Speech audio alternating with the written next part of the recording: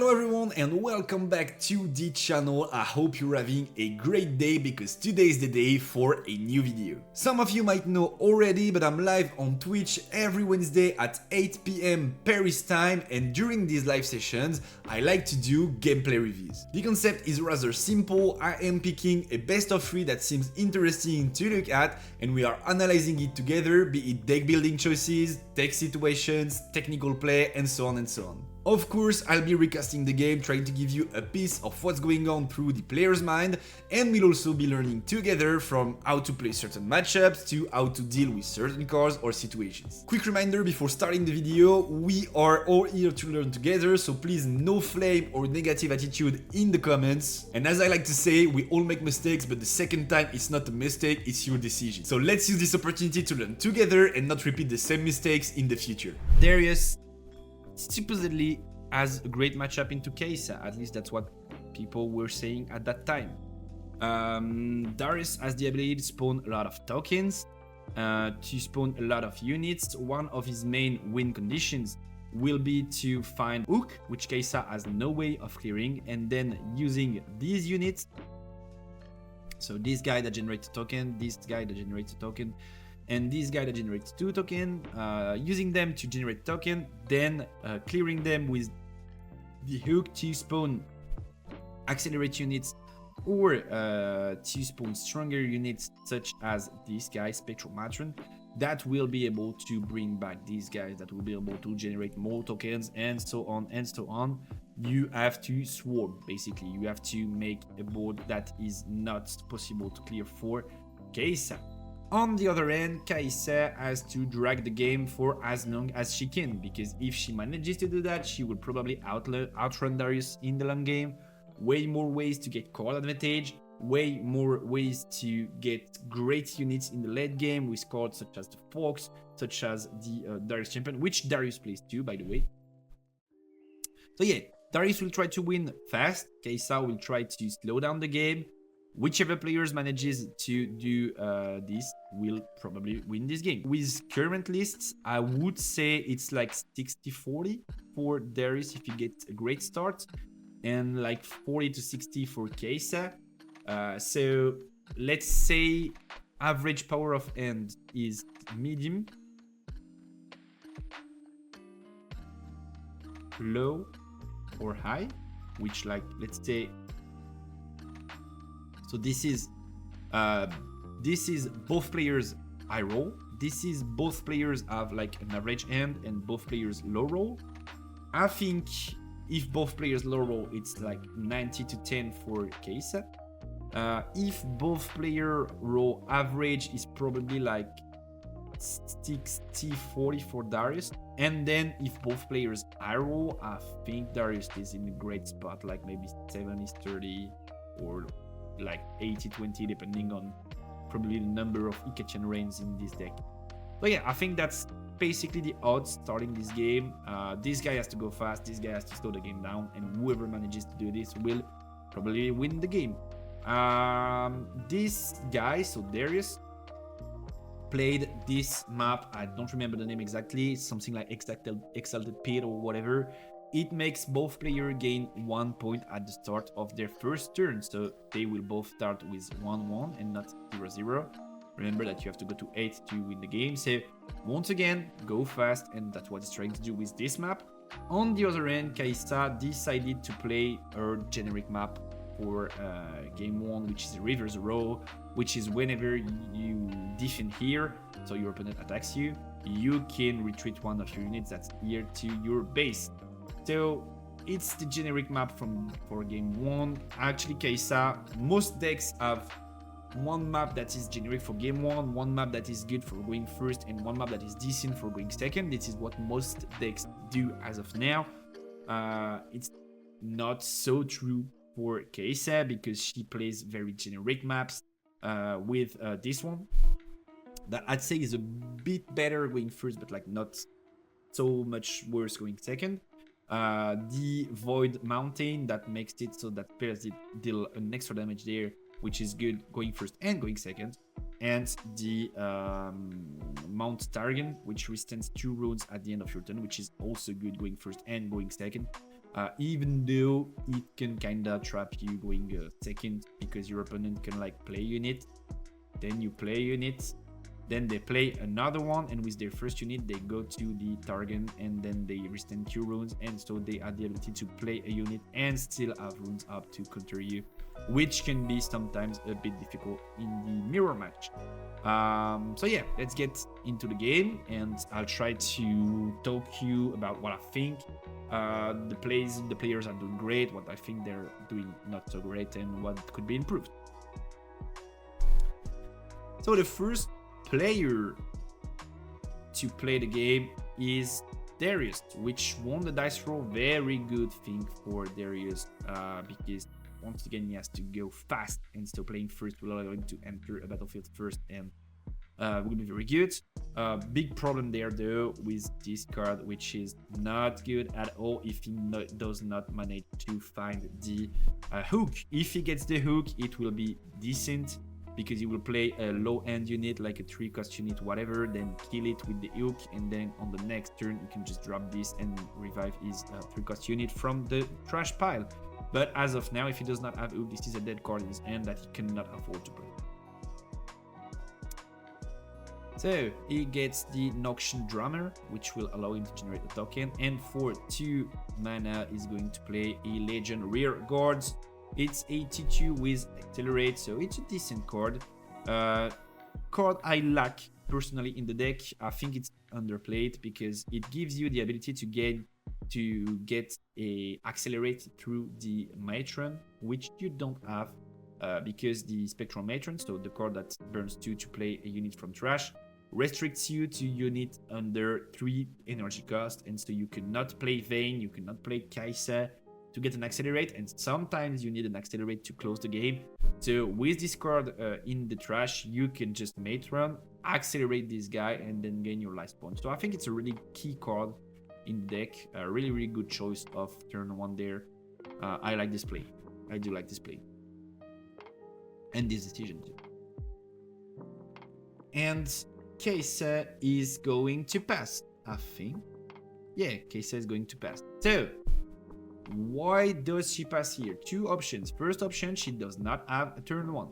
Could happen, but Kaisa's list are running a lot of turn 1s. Basically, they're running the guy that draws 1 and dies, the Raven Doom Student, of course. And most of the time, they are also running the Pauti Poro, at least 1 or 2 for the mirror match. So potentially, it does not have a turn 1. Most likely, though, he's just keeping runes up because he wants to slow the game down, and playing a unit is not going to help him there.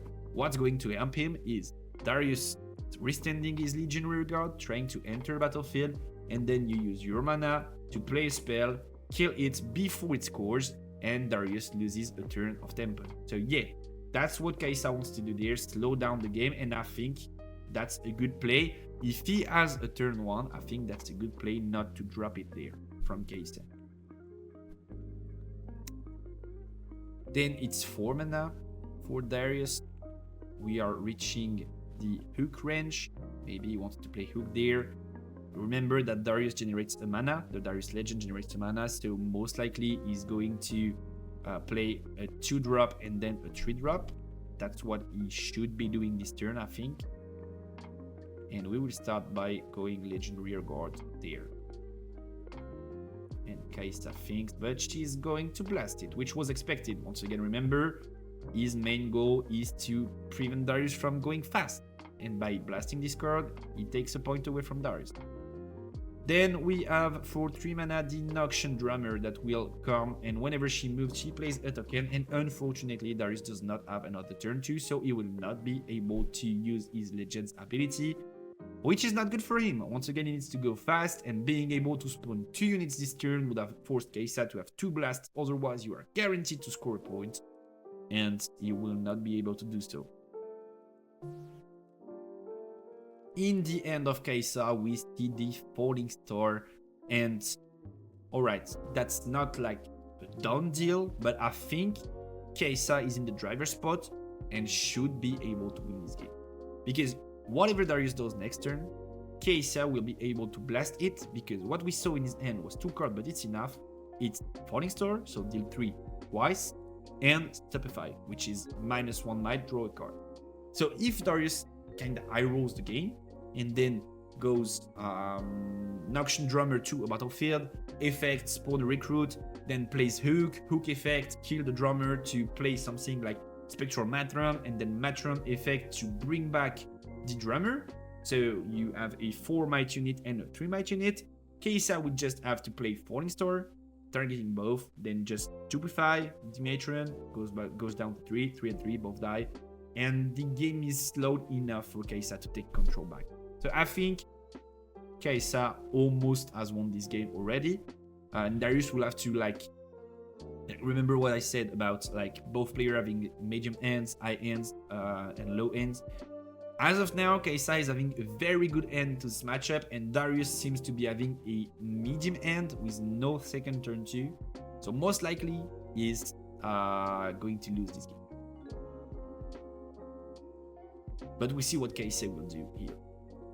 Very interesting tech. Also, we see the Day of Progress, March of Progress, and remember that allows Kai'Sa to draw 4. So once again, he wants to slow down the game. If he manages to do so, he will win, most likely. Kai'Sa will just play a Steel, recycling a Rune, and then accelerates Kai'Sa and get to the reverse row. Very interesting again. Conquer to score the first point in the game and draw 1. Why is it so good for Kai'Sa to do this here, and why does it take the risk to do this? Probably, first thing is that he does not have a spell to play during Darius' turn. Second thing, Darius does not have any way of clearing units with a spell except from Hidden Blade or Cold Weak. Most Darius lists don't play Cold Weak, most Darius lists play Hidden Blade. But if he plays Hidden Blade, he will spend 2 mana and a power to give you 2 draws, and Kai'Sa will already have drawn you a card, so it's basically play Kai'Sa, draw 3. If we go, it's the short, if we do it the short way.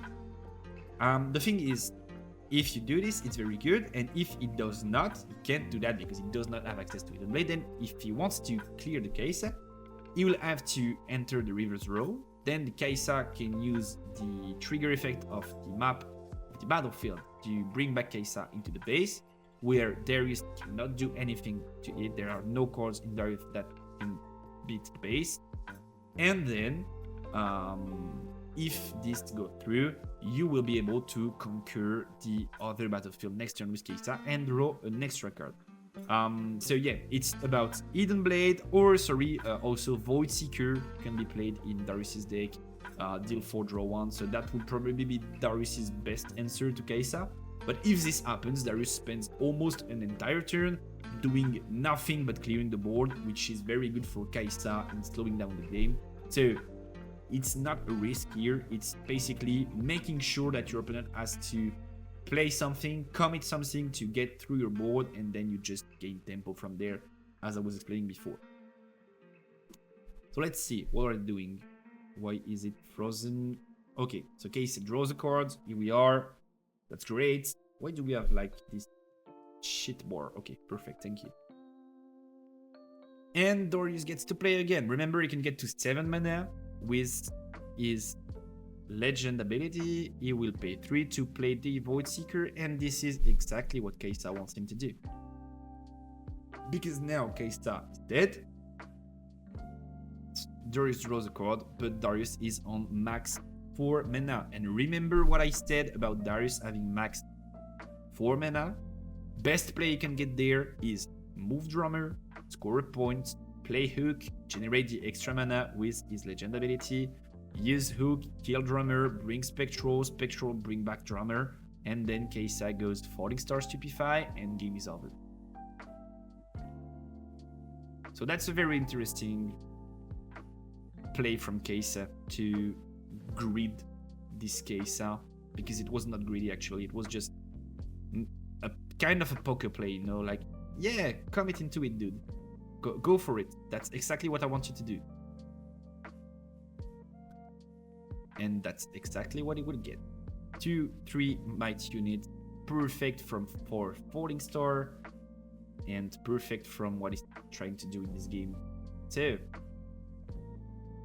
Case's player is sinking, but is clearly in the driver's seat right now. He's going to play this card that allows him to tap it every turn to generate a mana, which is like not played in Case, but this guy has a weird list. And then for 2 mana, he's going to play Ravenbloom. Yeah, this generates mana. So he has 2 mana left. And right now he's going to play Falling Star and kill both drummers and basically end the game. There you have it. Game is won. Game is almost won. 99% win. Unsure how Darius can come back from this. I don't think he can, actually. Okay, so Kisei is explaining what this card does. Darius thinking, but he has nothing to do to save his bodies. And then it's going to be his turn with 7 mana up, I think. But there's nothing he can do to be back in the game. It's not the token that holds the battlefield that will be enough. Not nearly enough. Thank you for the follow, Kain. Welcome. Hope you're having a great Wednesday evening. So now, Darius will have to find a solution to play a lot of units with not a lot of mana. Okay, gets the Falling Star too, but that's once again not a card you want. You don't want to play the control game versus Cases because you will lose. You have to go full aggro in this matchup if you're Darius. So for 3 mana, he's going to go drop another Noxian Drummer, Drummer number 3. And then I'm guessing for 4 mana, he's going to drop the Matron and another Drummer. Where is the video phrasing, right? It's not me. I think it's the original video. Yeah. So burns 4, burns 2 power and goes for the Matron. Uses the effect to play another Drummer. And that's basically his last push. If this gets cleared for whatever reason, then he can scoop the game. There's no way he wins from there. And he's not in a good spot. So we can see Extech Ray and Stupefy in Kaisa's end. Kaisa also has 8 mana, which is like insane considering how much power she had to pay during this game. But the Seal and the Legend ability, of course, saved her in a lot of ways. And then for 6 mana, the guy is just going to draw 4. Day of Progress, you pay 6 energy and a power and you draw 4 cards, which he did. And now he found probably every blast he needed to deal with Darius's board. He is on an extra mana thanks to his gear. Also, so he still has 3 mana left. He has the Ravenbloom, which is +1 because of the Day of Progress that was played, and that gives +1 to Ravenbloom. And he can probably contest. Ooh, this is so good, guys. This is so good. So he drew another Day of Progress, which is not insane, to be fair. But the right part of his hand is Seal, which can pay for hiding cost, or the Seal that he did not use this turn could also play for the hiding cost of the book. Book that would not only draw 2, but also give 1 power to Ravenbloom, since it's a spell. Stupefy, that will not only -1 opponent characters, but draw 1 and give +1 to Ravenbloom. And Extech Ray, which will also give +1 to Ravenbloom and deal 3. So, whatever comes in the battlefield, be it the 4/4 unit or the 3/3 unit, that's one the token, you are able to go Stupefy plus Extech Ray to kill it and draw a card, and then you can use Book to draw 2 extra cards and make your Ravenbloom 5 might, which is bigger than any unit on Darius's board. So the right part of his hand is so good there. It's insane. It's actually insane. So I think the play is go right, probably, or left. Probably go left to contest the token. Yeah, go left to contest the token. He should recall the token. Yep, token's being recalled. And then you just hide the book, paying the energy cost with the steel, or the power cost, sorry. And then you pass, and you're in such a great spot. Good music, by the way. I don't hear it. It's in the headphones, and I don't have it. I kind of need to focus to cast in my non-native language. Yeah, so seal, generate power, hide the book for free. Yeah, of course. And then you have 3 mana left to play whatever you draw. Remember, he will draw 3 cards. So he can go stupefy X-Tech Ray, and if he happens to draw another X-Tech Ray, he can just play it. Straight. Wait. Am I lagging? No, the guy's lagging. By the way, for you guys that have known me for some time, I've invested in YouTube Premium. You have to X-Tech Ray, I think, there. So, this card says, whenever I move to a battlefield, spawn a token here. Which you can X-Tech Ray, and then the ability does not resolve because it stays here, and the card is not here anymore, so the token does not spawn. So I think you have to X-Tech Ray here. Because if Darius decides not to attack your Ravenbloom, then you just lost a lot of mana. So you have to X-Tech Ray, at least get some value out of the card for free, once again. And yeah, he gets Falling Star. And now, that's the problem. Why? If he used X-Tech Ray, he could have just a 3-might. He could have a 3-might Ravenbloom, and whenever this card gets one more buff, he gets over his 3 damage. So of course he's going to take 3 and 3, but this would have made Darius rethink his plan, of course, and this would be dead and probably would attack there and create another shutdown and give you another opportunity to play a card.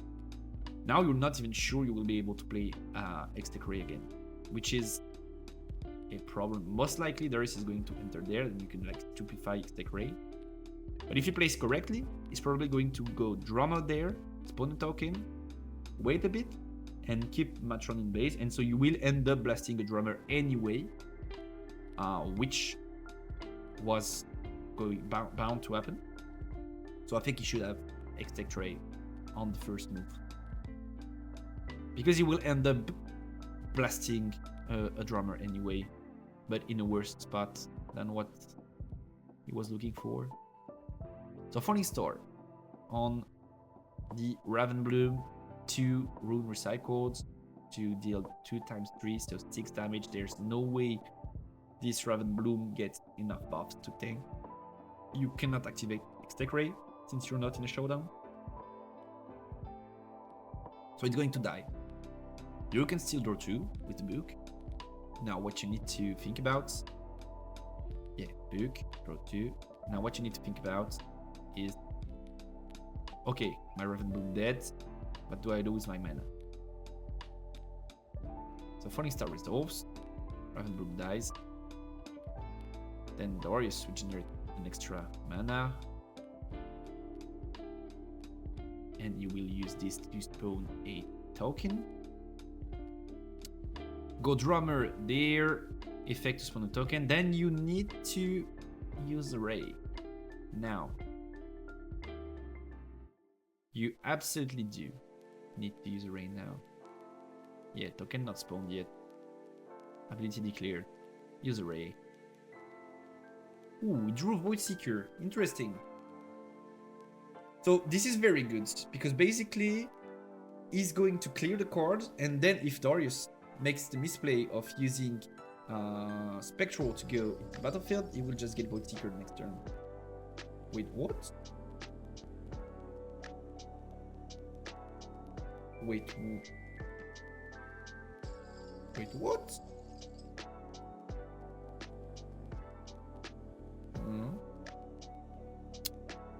Disagree. Kinda disagree with the decision of blasting the other one. Should have blasted the one that was spawning the token, so it does not spawn the token. But this one dies. Should have done it before. One less token on the board. Anyway. Also, maybe, I think since it's the first regional, they were playing pre-FAQ. So maybe this guy was spawning the token anyway. So unsure if these guys were playing with the correct rulings. Unsure. Maybe he was going to spawn a token anyway because rules were not correct at that point in time. Unsure though. Okay, so what does Kesa draw? She draws a very good card, but I think she already had one Sprite Mother in hand. Very good. We'll be able to fully contest the token. Generate a body that Darius needs to contest, a lingering body that Darius needs to contest to, like, go faster in the game. Very, very good card there.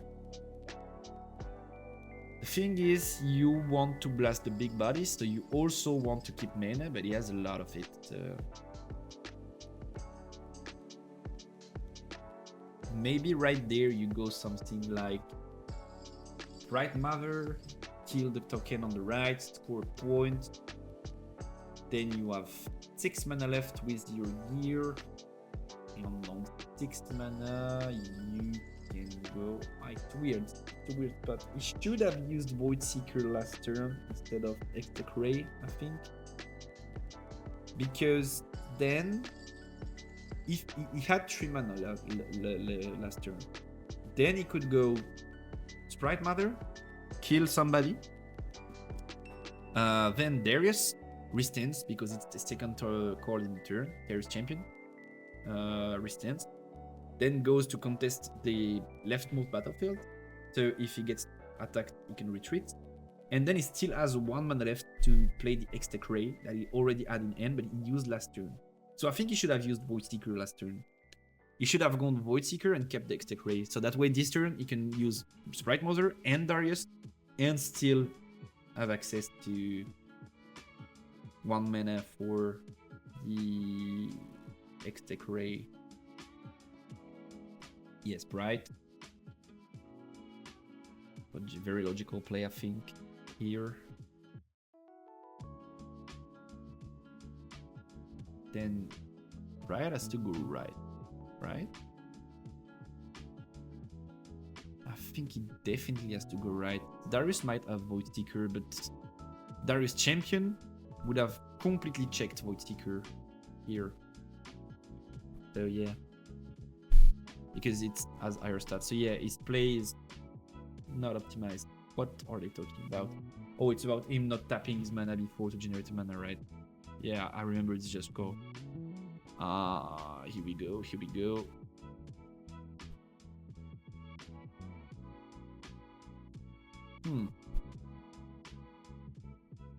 No, we're back.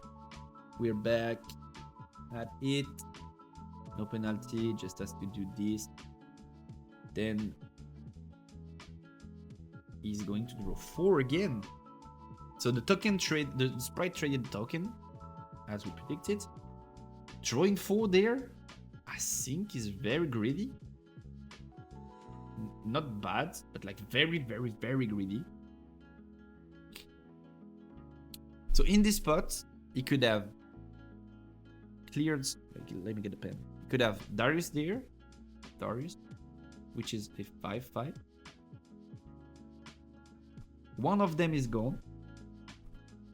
One of them is dead. This still, and 1 mana open to play Extec Ray.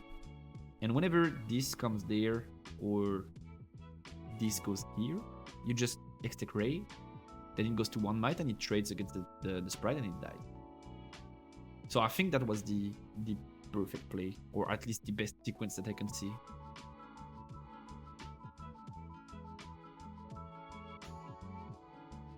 And Darius gets on 6 points, which is not what you want to see.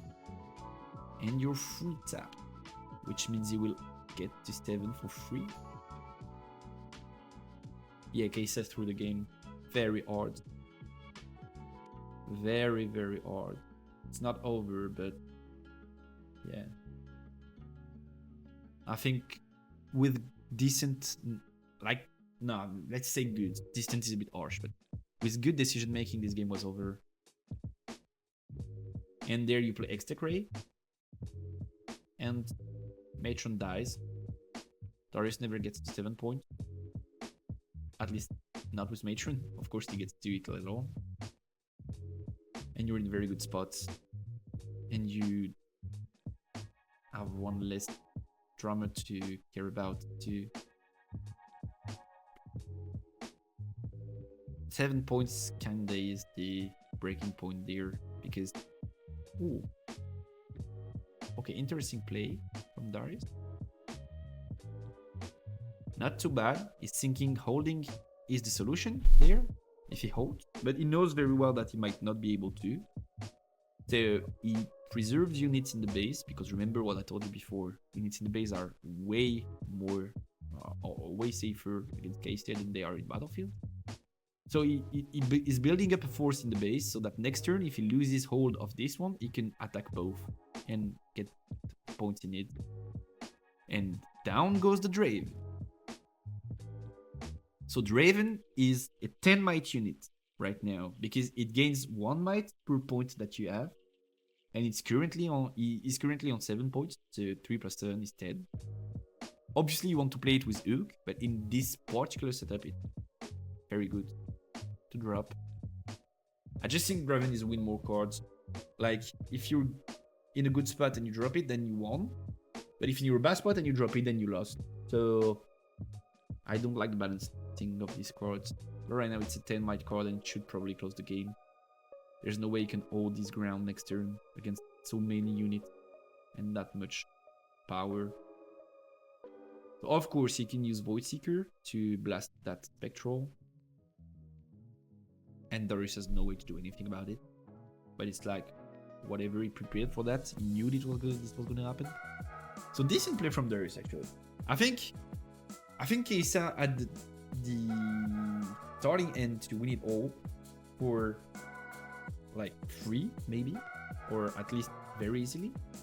And he kind of threw the game. And I think Darius had a rough game and took decent decisions, if not good decisions, to put himself in the spot to win.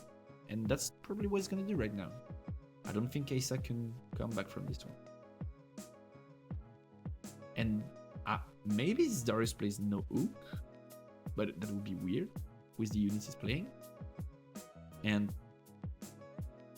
Katchouze constants, yeah. Darius wins game 1. And remember that Darius did not hit Ook. So if he's playing Ook, which is very likely, he did not hit it, which is like kind of low roll. And he won it. So yeah, Katchouze should have won every day of the week. Yeah. Let's get to game 2 already. I've already described a lot of my thought process on this one, so I'm not gonna go much more in depth talking about what should have happened or not. Alright, so Darius's battlefield says units here of ganking, and Katchouze's battlefield says you need 9 points to win. So the prior game was on each player gains 1 point battlefield, and this game is you need 1 more point to win. So basically it's a 2-point difference from the last game. Last game Darius needed to score 7 points to win, now he needs to score 9, which will be very tough for him to do. So Katchouze already is in a good spot.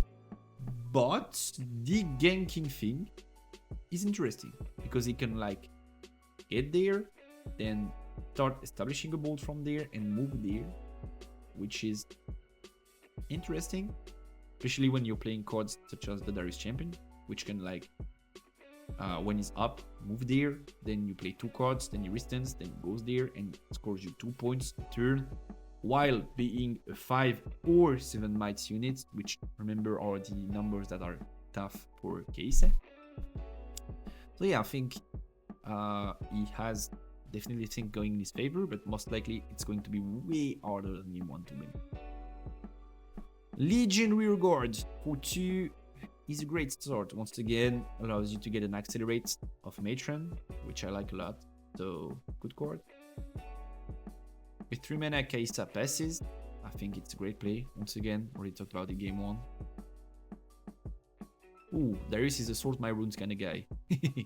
Yellow on the left, red on the right.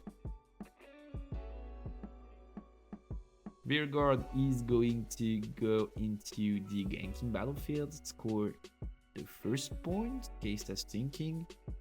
Of course, you need to interact with this. Once again, you don't want Darius to score any free points.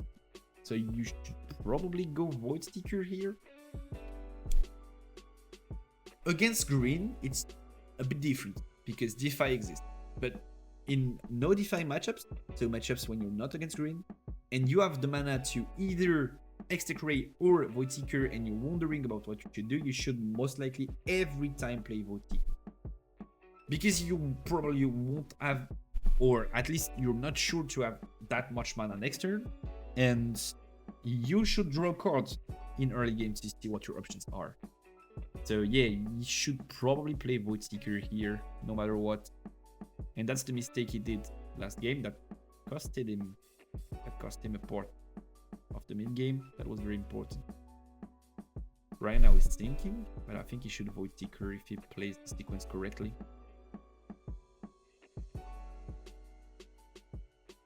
And what is he opting to do? It go through? Nah. What? What for? Okay, so Rearguard. And then for 2 mana, we're going to see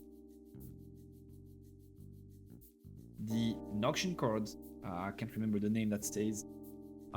It's a 4/4 that says if you have played another unit this turn, you can play me for 2.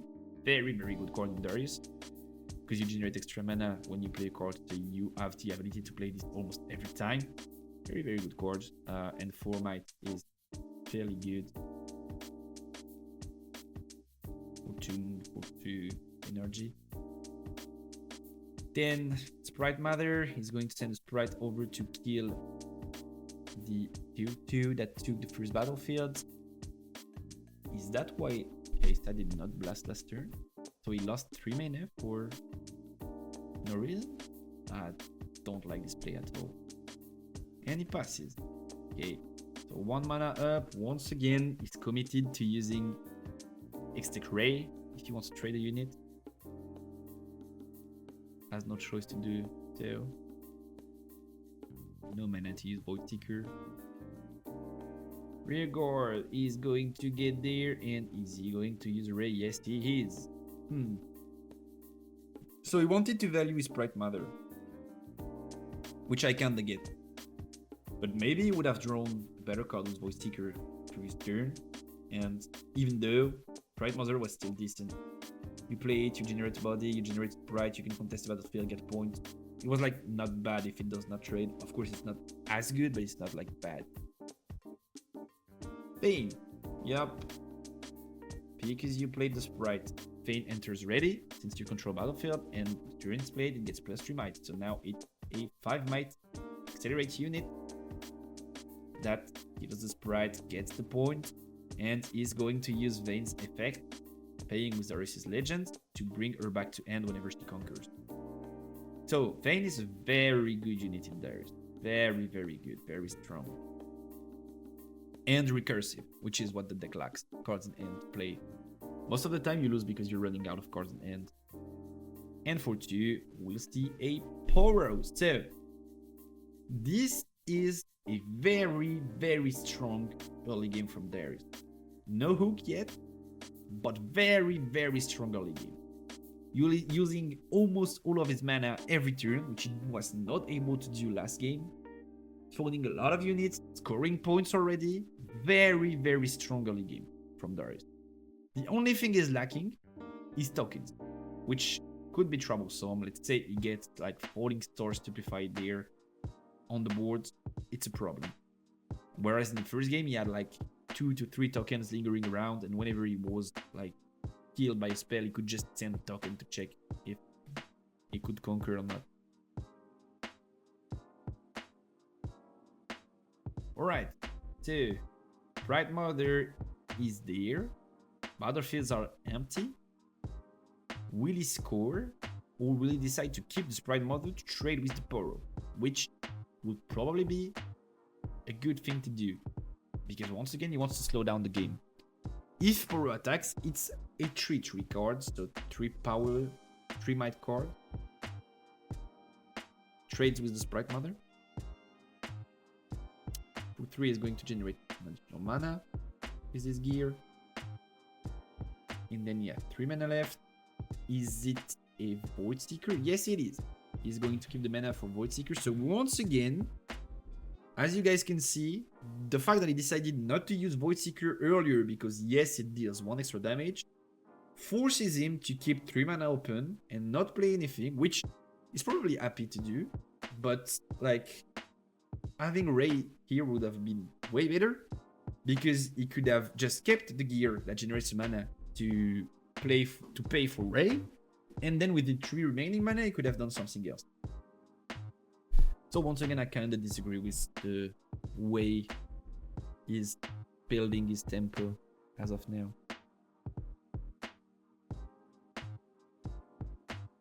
Darius has a Kesa. Would be great to check for spells before dropping that Kesa. He's been taking great decisions this whole game, so I think he will be doing the thinking on this Poro going there. If your intention is to play Kesa, you should probably move with this card before, because you go there. Once again, it's like not bad play from him, but it's kind of like poker, you know. You go there, if your opponent has Void Seeker, he's going to be like, okay, this is 4 might, Void Seeker is 4 damage, it's the absolute perfect target, I need to use Void Seeker now. Whereas now, with this 3 might unit, because it has Assault, he could probably be thinking like, it's only 3 mites and then 2 next turn, so I can beat him there. So I could probably let this go through and keep my Void Seeker for this guy. And then you go there, you conquer there, and then you have both battlefields, and Kaisa cannot conquer and draw you a card. So he should probably go there first, or whatever battlefield actually, but with this guy first. Then his opponent is going to be like, I need to Void Seeker now, it's the perfect target. And then he can just accelerate Kaisa and roll an extra card for free. And obviously he could play Kaisa directly with Accelerate, but then you would just get Void Seeker even harder. So I do think the correct play here is to go with this card first, to bait for the Void Seeker. But most likely what's going to happen is he's going to go there and get Void Seeker anyway, and then play Kaisa and draw an extra card and stuff. So probably won't matter, but it's a little bit of optimization you could use to gain intel on what your opponent's doing. And it's free anyway, so might as well sequence properly, you know. Does not cost any extra rune or whatever. Thinking? I mean, with the way he's been playing so far, he should, yeah, let this go through.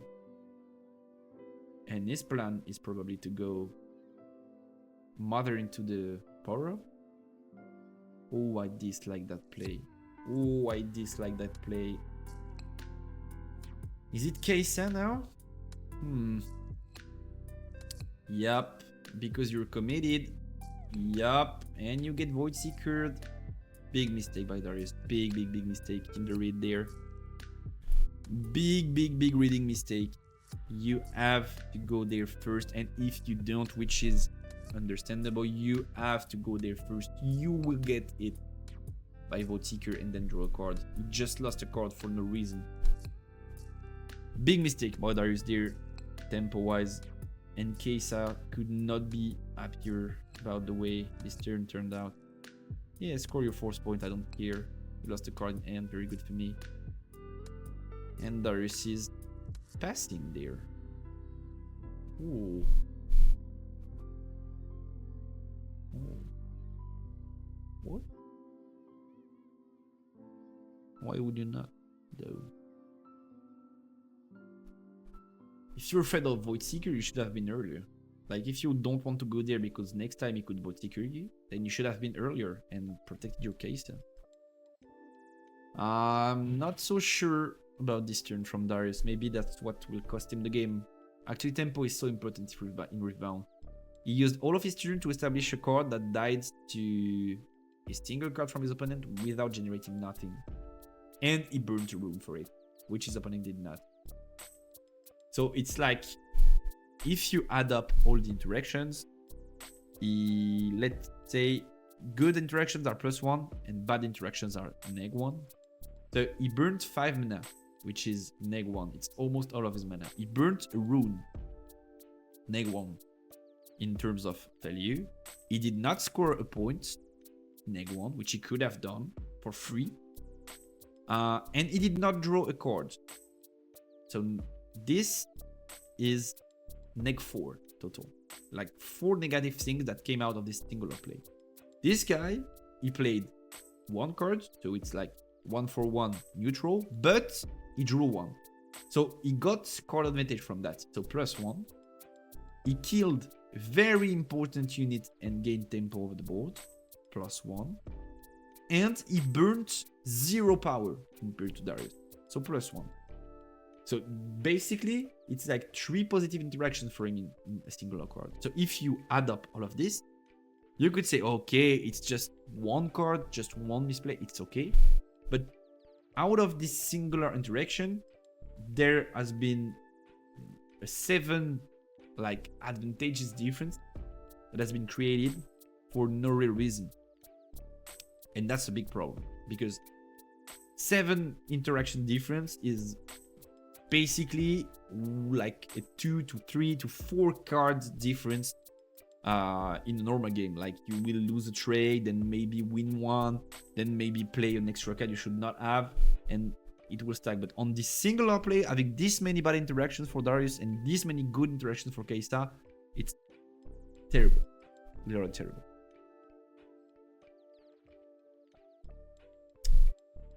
Alright, so now Kaisa's drive is in the driver's seat again.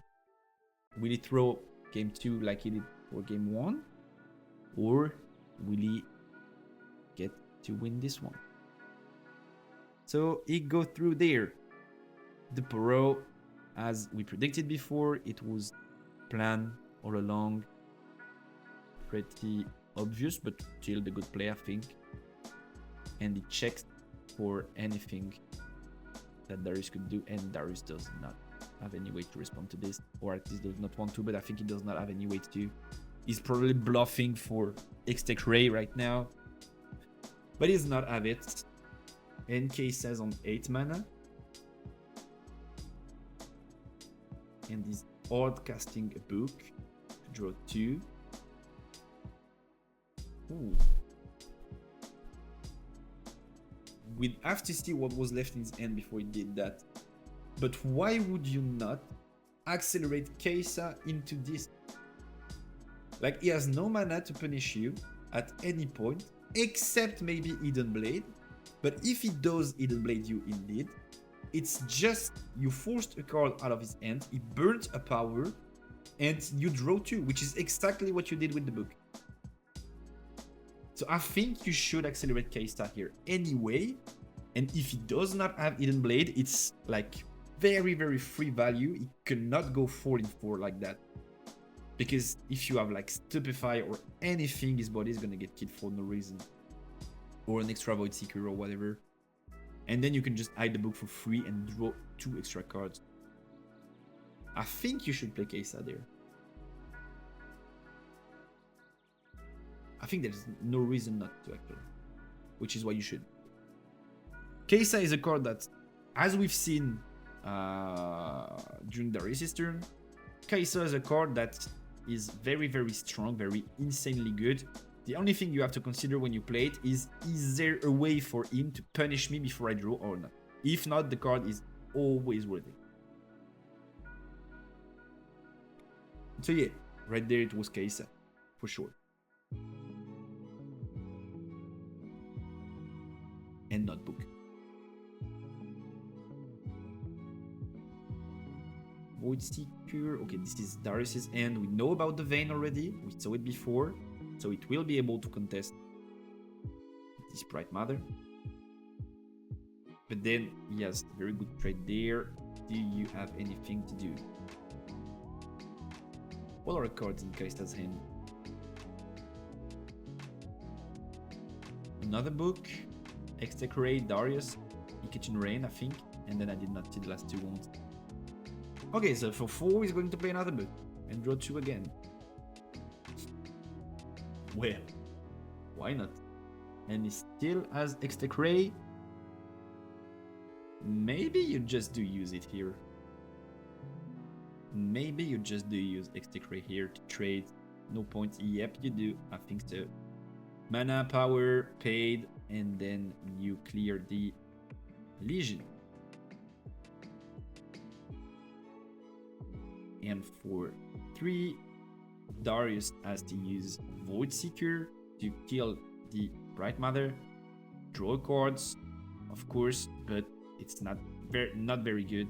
He has to spend, like, he has to burn a card to kill a unit that was already dead.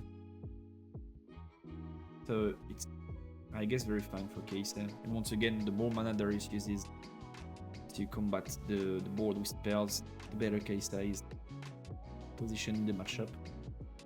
Tokens are finally coming in. Important part of the matchup for Darius. And for 3 mana, we'll see a Drummer. But if Kaisa does have, as I think she does, the Kitchen Rain, it's game over. Because you can just like ping twice, ping twice, ping twice. Then the guy is left with 2 tokens, nothing on board, and you still have mana to play cards. Because right now he's going to get 11 mana. He has like 10 plus the crystal. So you can Kitchen Rain plus play a body, which is insane. And Darius still needs to score 9 points to win, so 5 more. And tokens will not be enough to do so. He has 2 Kitchen Rains, so he's in a very, very, very good spot right now.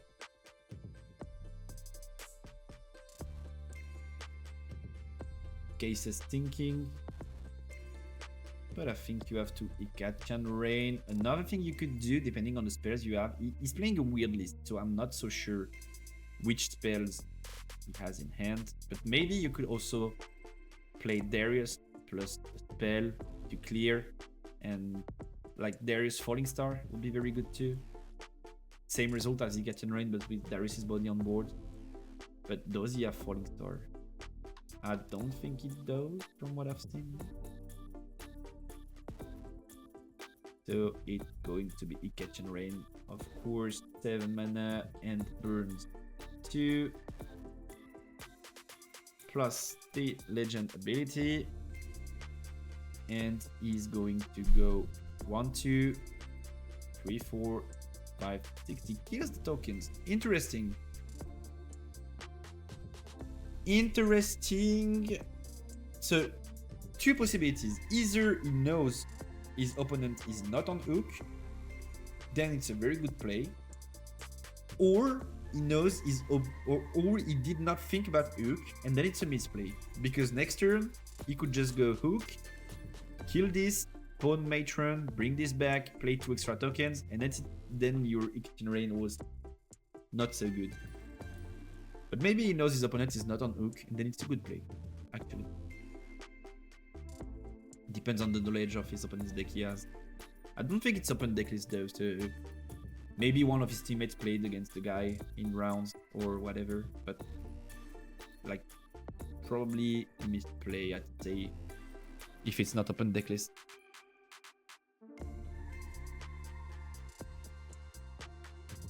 So, what you want to do now? Attempt to get a battlefield, pawn board. Once again, you're against Kaisa, you know what you have to do, and you get the point. Now, you want to spawn as much board as you can. And it for 5 runes and a power, Darius. Then for 3 mana, you're going to go Manufacturer, most likely, and then accelerate Darius to have a strong body on sticks that plays around Void Seeker. I think that's what you want to do there. Yup. Yup. Spawn the token. Darius stands. Yup. He's on 7 mana, so basically unkillable. You would have to go like Void Seeker, X-Tech Ray to kill it, which is possible, but a lot of resources, and 2 birds, since Katchouze legend effect has already been used. He's passing? Wait, where are you passing? Wait! What are you afraid of? Why does this Darius not conquer? Is there anything I should have missed? Is like afraid of smokescreen? Plus an accelerate, maybe? But you're gonna get blasted, my dude. Like, Catch Rain again is... I mean, not many cases play a lot of Catch Rains in main deck, so... I can understand when he's trying not to play around it, maybe?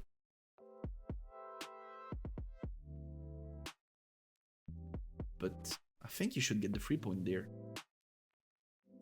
Like, it's very tough for Katchouze to blast a 5 might unit. Yeah, rain again.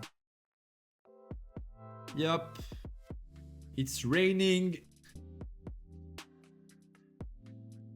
Today, isn't it? And board is done. 1, 2, 3, 4, 5, 6.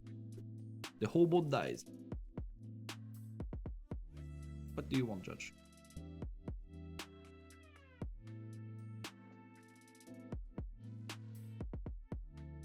So Darius dies. This guy dies. Huh? Oh. Yeah, Stupefy to it? So that's 1, 2, 3, 4, 5, 6, and he plays Stupefy there, right? So I think what he's doing right now is 1, 2, my bad, 3, 4, 5, 6, neg 1 Stupefy, everything dies. Game over.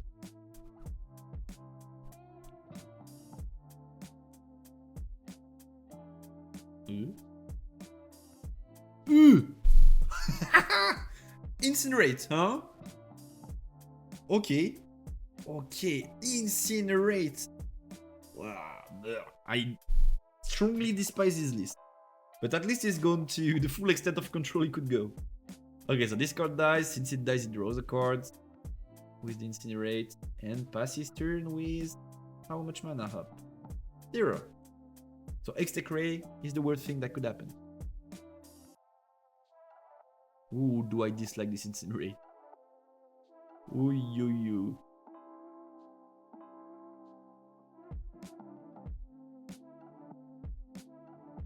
Hello on Curve. Thanks for raiding. Hope you're doing great. Salut. Salut, my friend. And welcome to the Raiders. We are watching... Oh, yo Malo. How you doing? We are watching, or rewatching, should I say, the top cut for the first regional, which was in Guangzhou, if I'm not mistaken. And we are trying to get the best of technical plays we could and analyze everything. Glad to see you there. Hello, everyone.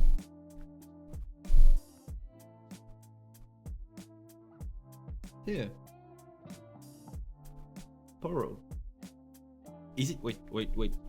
Is it Poro Pass? Oh, game's so over. Game's so over. If you guys like Riftbound, feel free to drop a follow. Would be nice. We'll be streaming every Wednesday at 8 p.m. So 20 in French time. In English, because we need to have the biggest audience possible to share the best opinions on the game and get better together, right? So yeah, feel free to drop a follow, and I'll see you on Curve TCG channel too. I'll be there. So Poro passes game over. Basically, we could probably go to game 3. This guy loves to draw too much. You should probably do that though. I mean, he's in control, so why not draw everything he can? Yeah, Poro gets there. He needs to get to 9 points to win, which he will not. Spoiler alert, he will not. Cleave won't help. Poro gets incinerated. Dies. Kesa draws a card. Pass. Nobody's. Game over. Let's get to game 3. Yep. But yeah. I think... Wait. There's something we could say about this game. Give me a second. I think... There. Yep. I think there, Darius is in a very, very decent spot. Like, he's ahead in terms of board, in terms of advantage, and he should be able to snowball this game. What he did wrong, which is, like, he did not optimize mana wrong, he did not optimize power wrong, he did not optimize what he played wrong. What he did wrong was thinking about what was going on in his opponent's mind. Here, the read is, you have no intel on their end at all. You spawn on this board, and you know that Darius has Kesa in end. So yeah, no, 5-5, accelerate everything. 5-4, sorry, accelerate. If I conquer, draw 1. Your goal, as Darius, is to not run out of cards, to draw a card with Kesa. And that's what you saw in the end game. He was out of cards. He could not play because he had nobody to play. So what's the worst that could happen is Kesa getting blasted before conquering and drawing a card. What's the best you can do to prevent this from happening? You look at your opponent's board. He's on Kesa. Biggest threats, Void Seeker and X-Tech Ray plus Stupefy. This is what kills Kesa. If he plays any of this combo before Kesa hits the board, he's out of mana and he cannot use them again. No way he can blast the Kesa. So what you should do there is go here with this card. Instead, what it does is go here with the Poro. But it's pretty bad. Because if you go here, you give a 4 might unit to your opponents, and he's going to be like, I blast for 4, I draw 1, it's my best play, it's perfect in terms of damage, I optimize everything, I have to. And he's going to use it. And then, this card dies, whatever, you don't give a fuck. You go there with Poro. Do you have anything? No, you don't? Plus 1 point. Drop Kesa, accelerate here, boom. Plus 1 point, draw 1.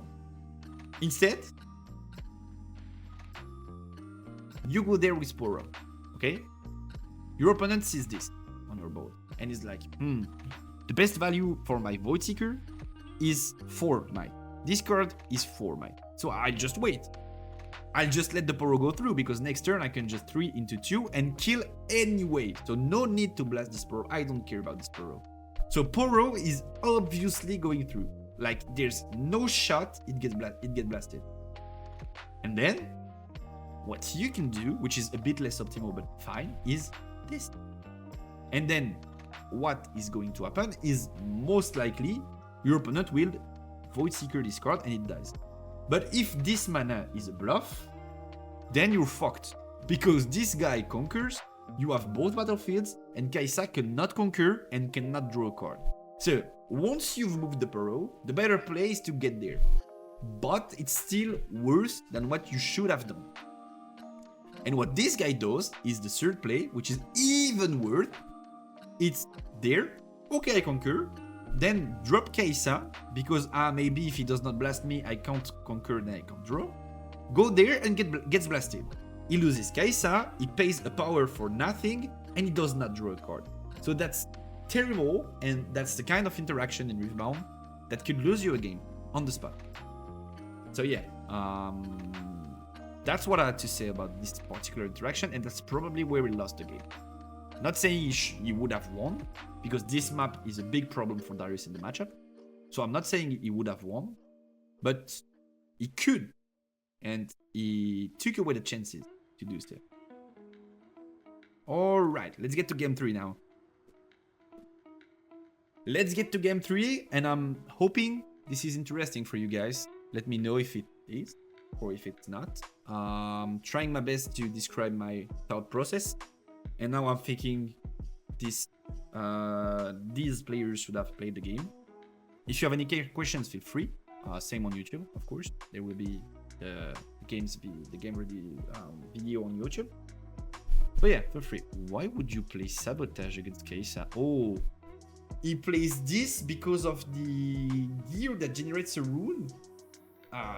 Is it that strong to kill that gear? I don't think so.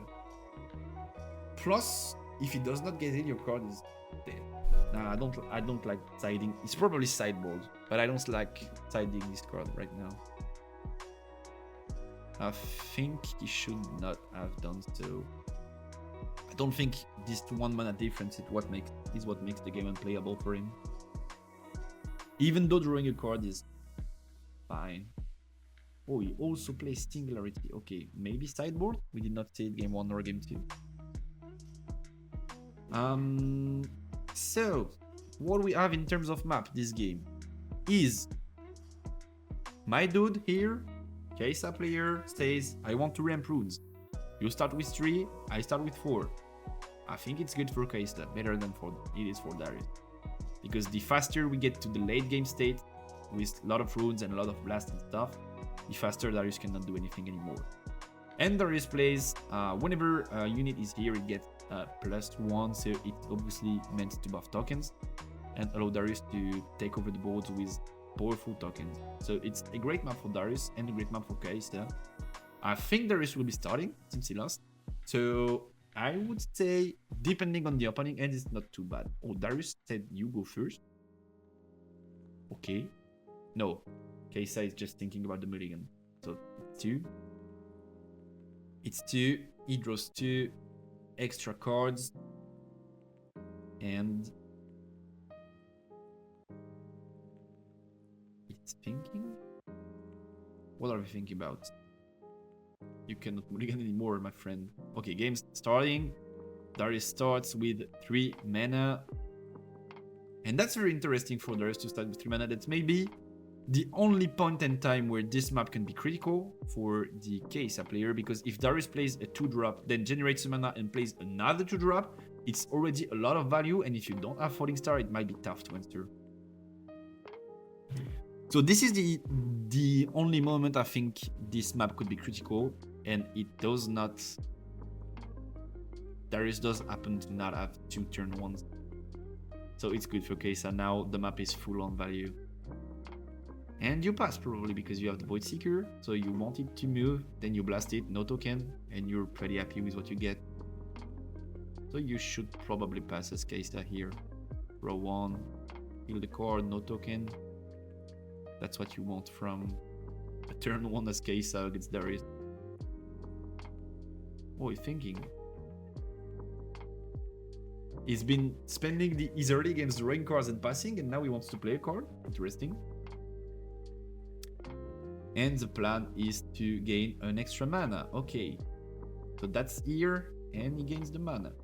But he will get salvaged. I don't think Darius mulliganed the card. If he sided it, it's to see it. So yeah, it's in his hand. And he's going to salvage the card right now. For sure. Yep. Card's dead. And Darius will get to draw 1.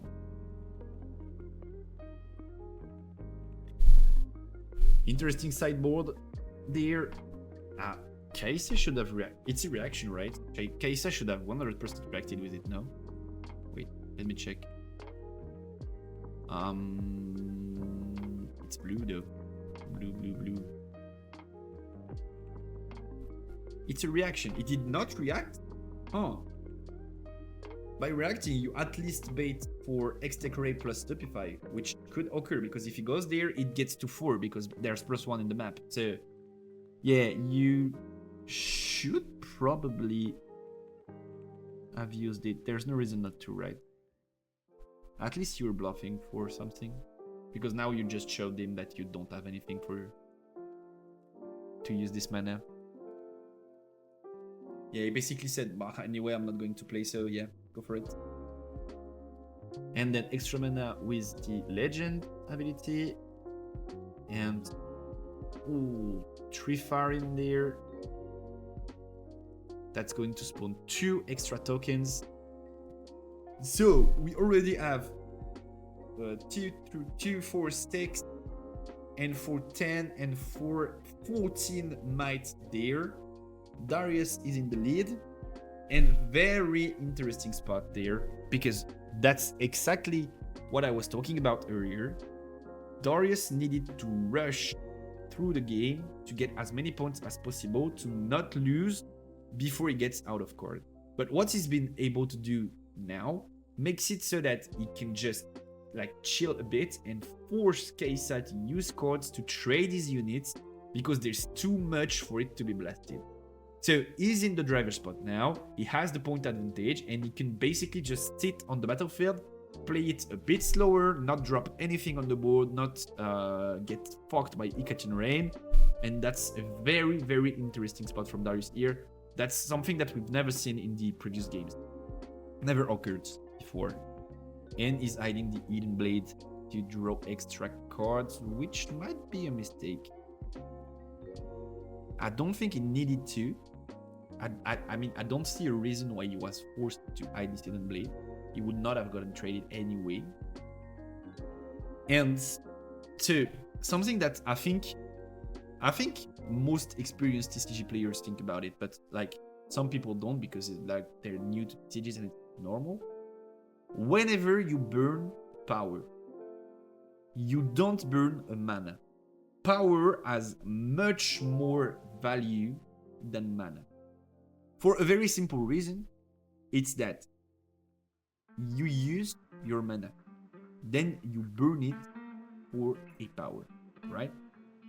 Next turn, you're starting with 1 less mana, since you burnt a card that would have become activated and that would have generated a mana next turn, right? So, as of now, it might seem like a 1-for-1 trade that allowed you to play a card for free, so it seems good. But the turn after that, your card that you would have used would have also restanded.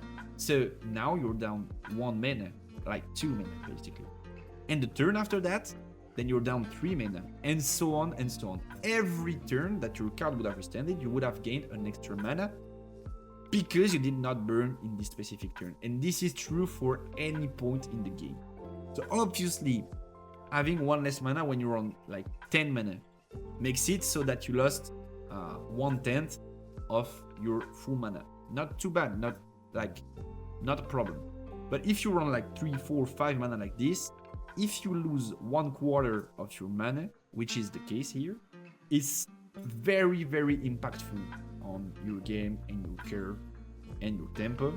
And yeah, that's I think he probably should have waited like 1 or 2 turns to hide this Eden Blade, because there's nothing Kai'Sa can do to clear this board anyway, and he was not in the need to do so.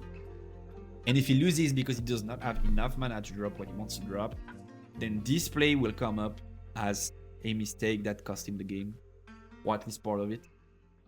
So let's keep that in mind, and we'll see in like 3 to 4 turns. If he's 1 or 2 mana off, then you will know why he lost, or at least got in a tough spot. And we also know this Kai'Sa is playing several Ikachen Rains, so being able to drop multiple bodies at once will be very important later on in the game, and you might not have the mana to do so.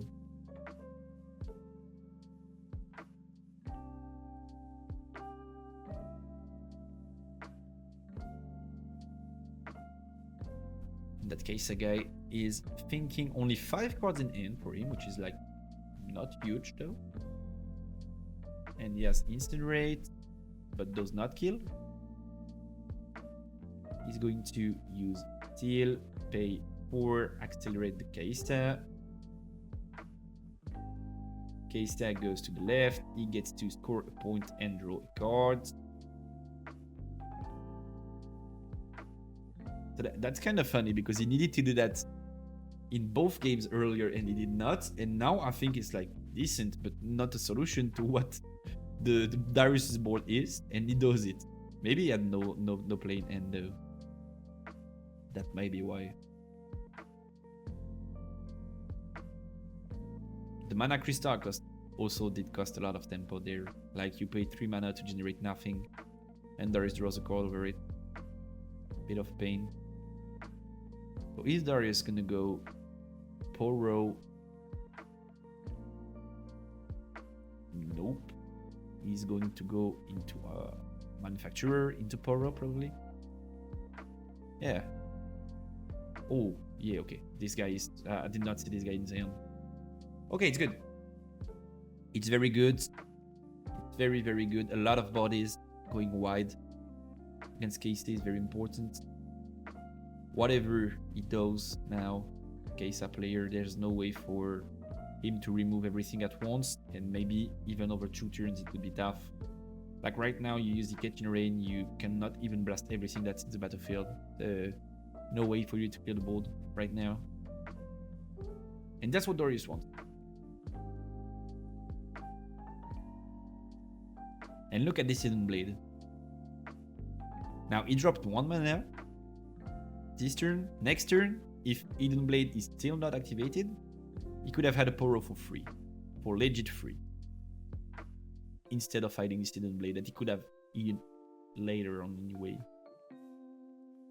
And it will probably not activate anytime soon because he's so up, so up in terms of board and tempo.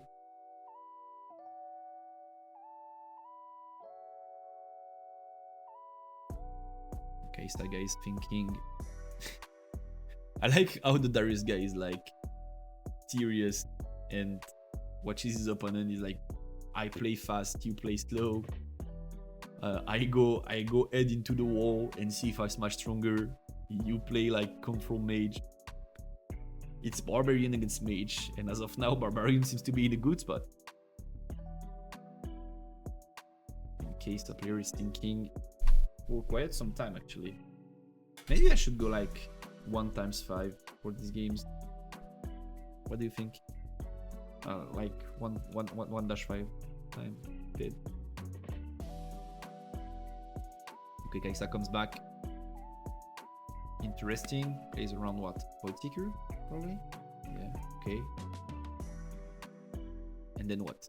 He does have Void Seeker himself. But will you Void Seeker a token? I don't think you do. He will incinerate the token and draw a card. Then Manufacturer will go. It will get Void Seeker probably. No reason not to. I mean, you won't be able to activate it later on anyway. So you should use it now. Yeah, you should. Okay. And this game, it did proper sequencing to force spells, to check cases and without seeing it. Like, okay, I'm going to get there. Do you have anything? You do? Okay, then I'm going to get there with a weak unit. Do you have anything? Oh yeah, you do? Okay, now my strong unit is going there. Well, Kaisa happens to have Stupefy too, so she can still trade the auction, but it was the proper sequencing to force as many cards as you could force in Kaisa's end. Well done by Darius this time. Not like the first or the previous game, sorry.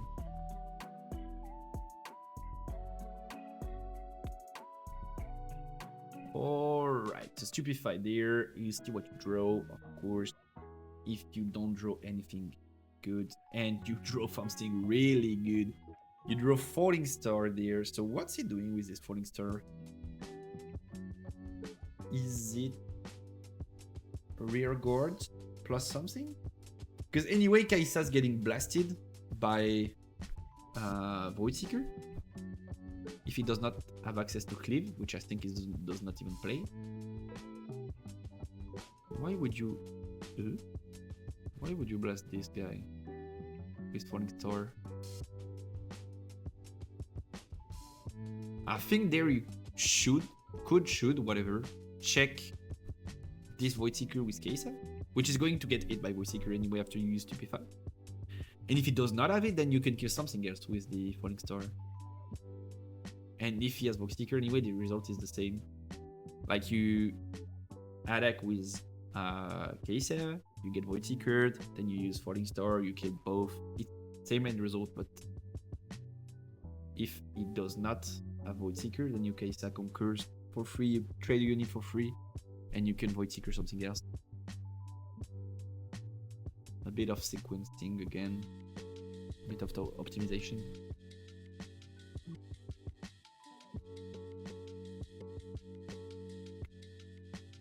And now, back to thinking. Is it Darius? Might be Darius, but isn't it bad?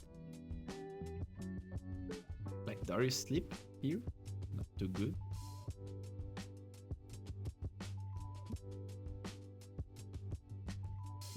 It's Singularity. Ooh.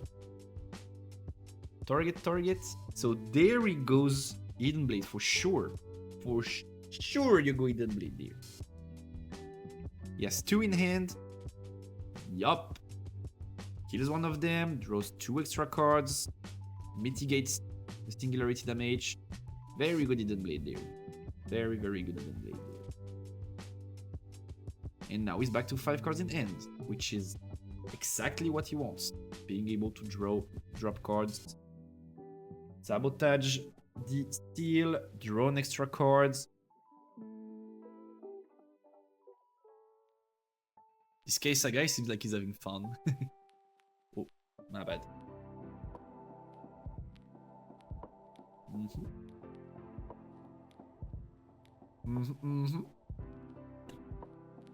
Another one, a lot of tokens, a lot of stats. Now if you use the Catch and Rain, you can just like kill the tokens, that's it. Maybe if you have like Stupefy, you can kill also the guy in the base. He has Falling Star, Darius, Book, Rain, Singularity. Okay, a lot of control again available. He should probably go Rain before it's too late. Rain clears all the token, which is good. Or he does not go Rain. But if he does not go Rain this turn, he should probably not have done Singularity last turn, maybe. I don't know. Because if you kind of want to go Rain Darius the turn you play Darius. Like, Rain clears all the tokens, and then Darius kills the guy which is in the battlefield. And then it's a very insane turn, but he can't. He only has like 9 mana, if I'm not mistaken. Yeah, 9 mana. And you would need like 12. So it's tough. So maybe you want to go Darius something. But you definitely want to play Darius the turn you play a control spell. Else Darius will just have to fight a bunch of tokens, which you don't want to. Tokens are way too overstat with the +1 battlefield.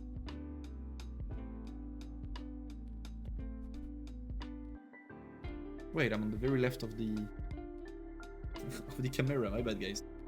Here we go. Yep. And now I'm in the middle.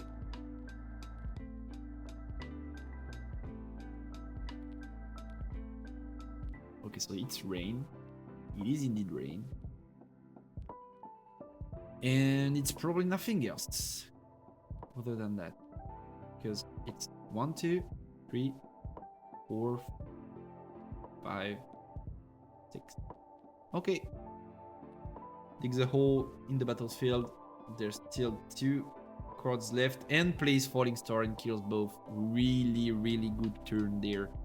Did not see, or I forgot. I don't remember if I saw him having the Falling Star, but yeah, that's a really good turn. Clears everything.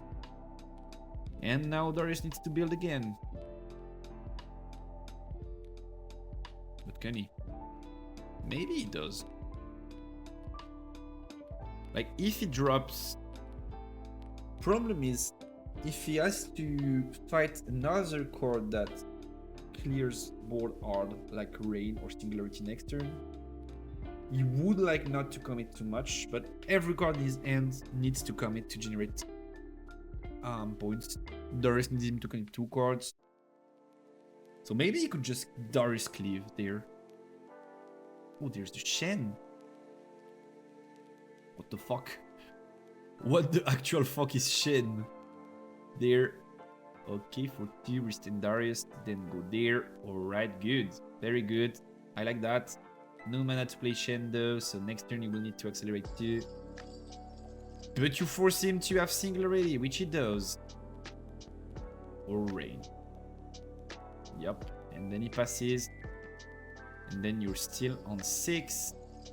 And you need to have access to unit 2. So it could have been Darius Cleave too. I think Darius Cleave was a play too. So plays Shen. Passes?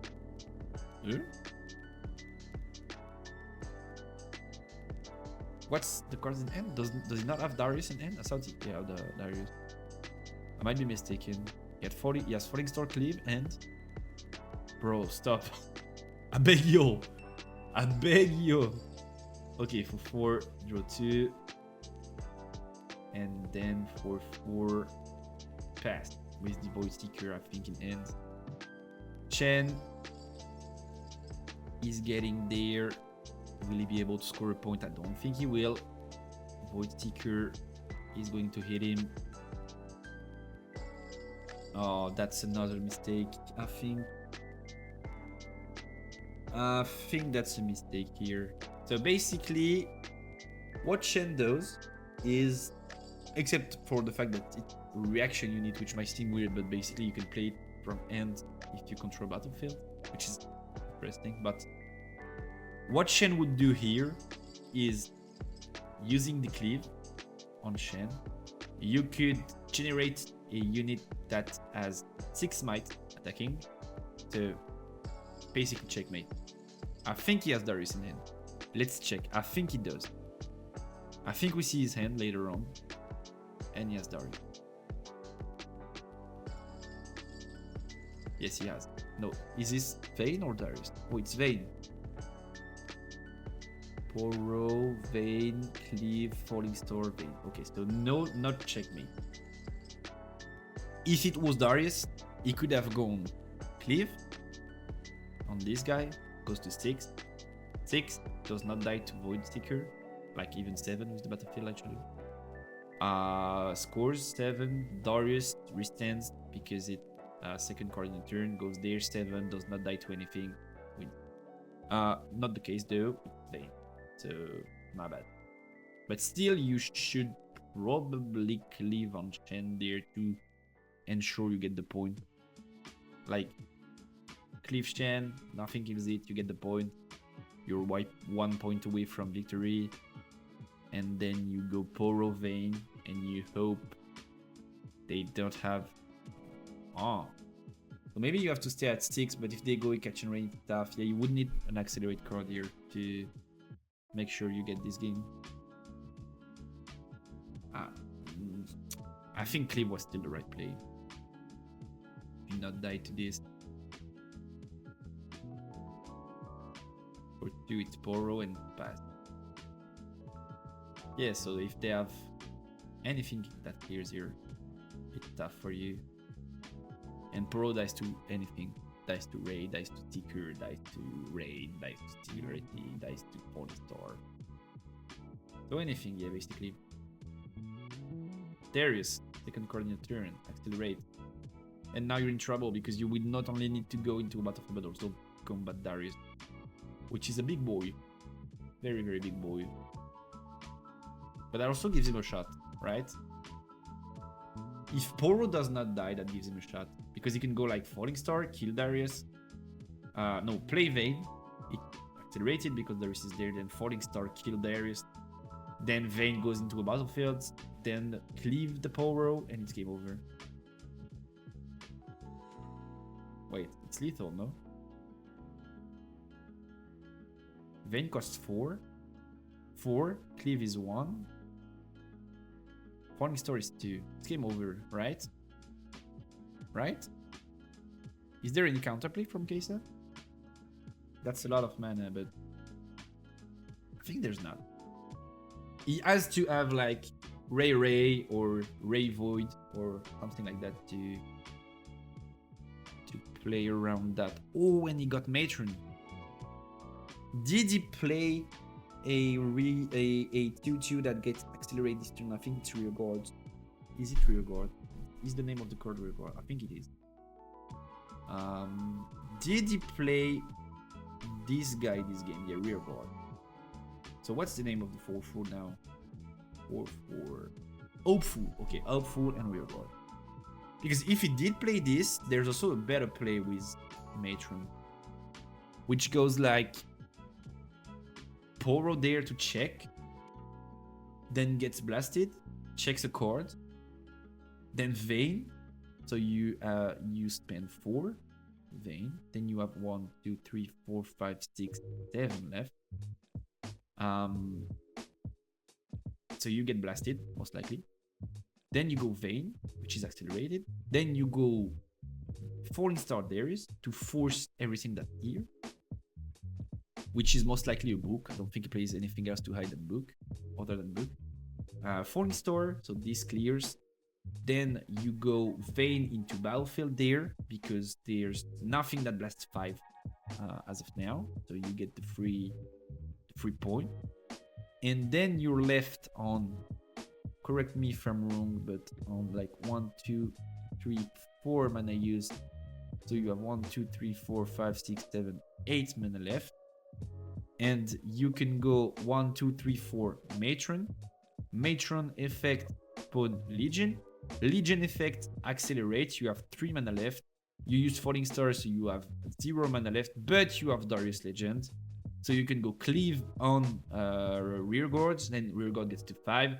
Rear guard goes there where there is no Darius anymore, so it gets to 6. Nothing blasts 6, and you win the game on the spot. So there's a lot of options there, a whole lot of options there. And I think Falling Star first is not one of them.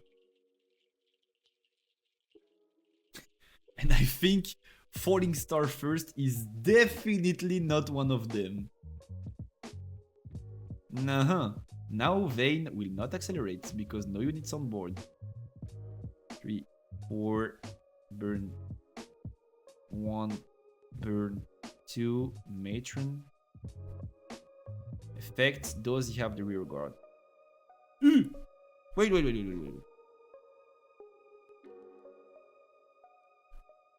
Do I see a rear guard? Did he play rear guard this game? What time are we at? 1:29. Okay. So no rear guard. Here, no. There in base, is there a rear guard? I think there's not. There's token, yeah. Okay, so no rear guard this game. So rear guard play is not an option, but Vayne play is game over. Vayne play is legit game over. Drop Vayne, Falling Star Darius, Poro gets cleaved, goes to check with 6 might because assault. So cleave +3 goes there, 6 might with assault. Then Vayne goes there, 6 might because +1 of the map, and she's 5 that she drops. And game over. No way case I can defend that. Yeah. Game was won there. Game was definitely won there. I think he misplayed. Yep, going to get blasted, but you would not have gotten blasted anyway if you played the Vayne play. And if the Vayne play does not go through, which is very unlikely, but like maybe, let's say Vayne play does not go through, then you can just drop Matron. You have them enough mana left to drop Matron and like bring this guy back and still have this in base. So you just have a free Vayne, free Vayne, and cleave. Like look at the mana. That's exactly perfectly it. Vayne for 4, cleave for 1. That's all you need to win this game. And if you don't, you just play Matron and you still win the game. I think that's sad. Could have won the game. Yup. But now there's nothing in the battlefield, so Vayne is not accelerating, and that's a big problem. He needs an accelerate body to make sure he wins the game. There. He probably won't.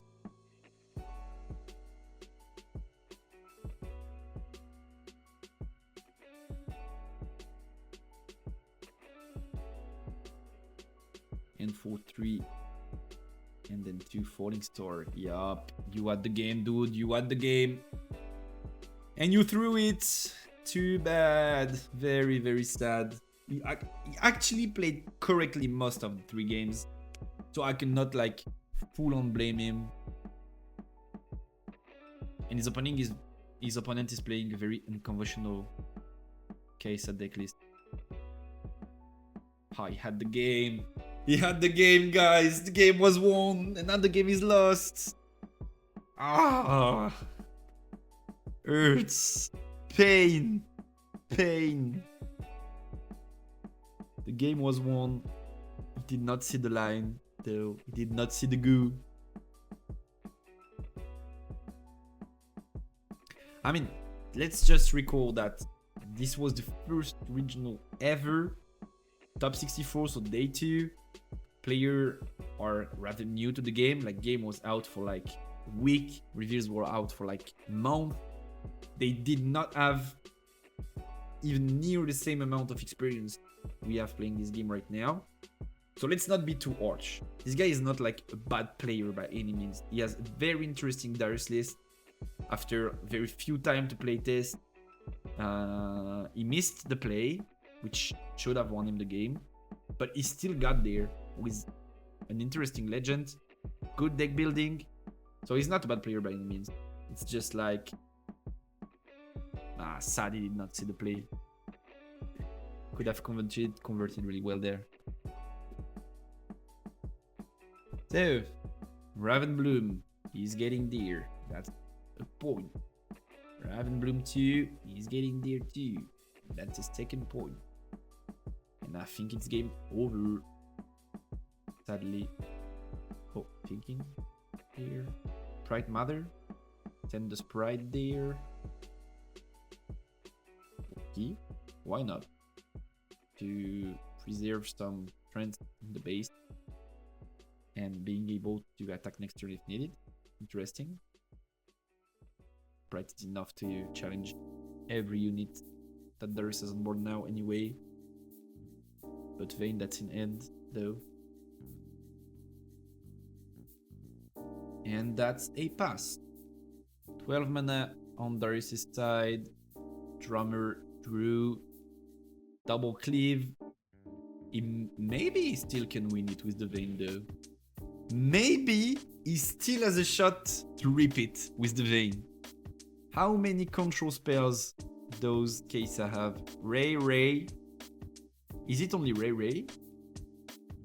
If it's only Ray, he should win the game. I think. Because Vayne is too good in this spot. But he should play Vayne last.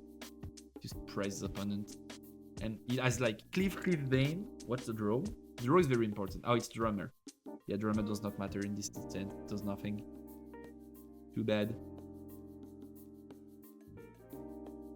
Too bad there, too bad. Calculating for the first... I think that's the first time in the whole match that we've seen him think so hard. He knew what he was doing, but now he's facing a clutch decision. Which once again, should not have happened. He should have won already. Oh, what's that? Oh yeah, it's Vayne. Okay. Isn't that too early to drop the Vayne? Might be too early though. Vayne gets there. Cleaves. Now? What does Cleave do now? So Vayne gets to 8. Alright. And then what? He's going to use Vayne's effect to get her back to hand. And then play her again and attack for 8 again. Wait, that's actually pretty good. So that's 3. 3 damage done. Yup. So she's on... Wait. She's on 8. Neg 3 is 5. So she still survives. You will need to use another X-Tech Ray to try and bring her down. Which you will, probably. No reason you would have used the first one otherwise. So she loses 3 might. 3 HP, sorry. Then it's Ray again.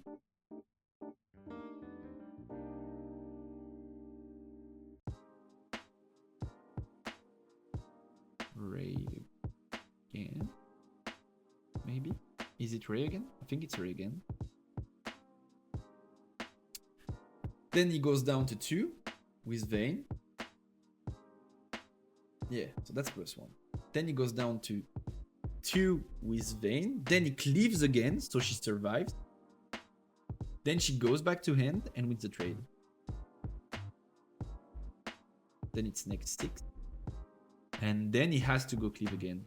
He has to cleave again. He has to. Cleave should be very good to win in the game, and put him in a very good spot. Yeah, cleave again. So it's +3 again. Yup. So now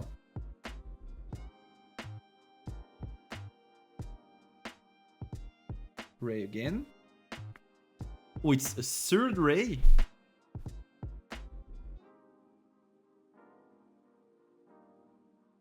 So 3rd Ray trade, and then it's over.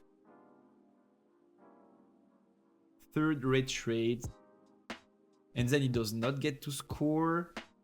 Then he could have potentially traded. He used 3 Rays. So Ravenbloom is on 5 plus Battlefield 6. So he did not have trade with his other units, but he had trade with Vayne, and then he could just send a unit to win. Because Vayne plays Vayne again. He's ready again. She goes at 5. Attacks with the Battlefield. She gets to 6. And probably you put the unit with it too. So like you go to 9. You force them to use a card, still trade. And then the token wins it all. So yeah, this 3rd Ray was very detrimental to Darius' win. But he did what he could with what he had this turn. And I think it's sad because he should have won last turn. He should have definitely won last turn, but he did not see the line. And he catches rain, and Darius scoops. And that's GG's. Kai'Sa players win the game. That's actually very weird because I think Darius won game 1. Kai'Sa should have had a free game 1, that's for sure. I think he threw it. Then game 2, I think Darius should have won it and threw it, or at least should have had a shot at it and threw it. And then game 3, Darius should have won for sure, and he threw it. So basically, it's like saying neither player won a game in this best of 3. Both players lost games in this best of 3, and it's the one that lost less games that won the best of 3. Which is kind of unsatisfying in a way. But I think it should be Darius' win there. He had a shot to win games 2 and 3 and missed one time because he did not sequence right. He saw the right play but did not sequence right in game 2, and in game 3 I think he misplayed and I think he should have won 100%. Rather interesting to watch. So yeah, that's a good sample if you want to see how a deck is supposed to beat Kai'Sa, an aggro deck. That's a good sample of what you should and should not do. That also allowed us to explore a lot of concepts about how to play the game and explain a lot of stuff and what blast you should be careful about and stuff. So yeah, I think, like, let me know in the chat, but I think this was really interesting. I think this was a very interesting game to watch, and I like the way this format turned out. So let me know. Also on YouTube, of course, if you have any feedbacks on what should be done or what should be improved or anything, let me know. And I had a blast. I did have a blast. Also, watching this kind of games is almost like playing them. But since you're like, okay, something I think is very interesting, I need to explain it a bit deeper, is if you want to fully understand how to play against a deck, most likely you will need to play it yourself. If you want to understand how to play perfectly against Darius, most likely you will need to play it yourself. But something that's very interesting is watching games like that, especially top cut games, because you skip the training time to be good enough at Darius to not make misplays so that you can understand the real game situations. Like, let's say, okay, I want to fight against Darius, I want to be better against Darius, so I'm picking up the deck. I will probably need like 10 or even more games to play the deck correctly enough to not lose because I make mistakes, and then get into real situations that could occur in game and that I will need to fight against. But watching these games, I probably don't need to play that many games of Darius. I just need to know the curve and like the main cards, and I can understand what happens and what are the misplays, and I can get a way better understanding while not losing like 10 games more times testing Darius. Yeah, I think that's really interesting to do. We will try to do this in the upcoming streams too. Maybe at some points we will skip Kesa versus Kesa or Yi versus Kesa.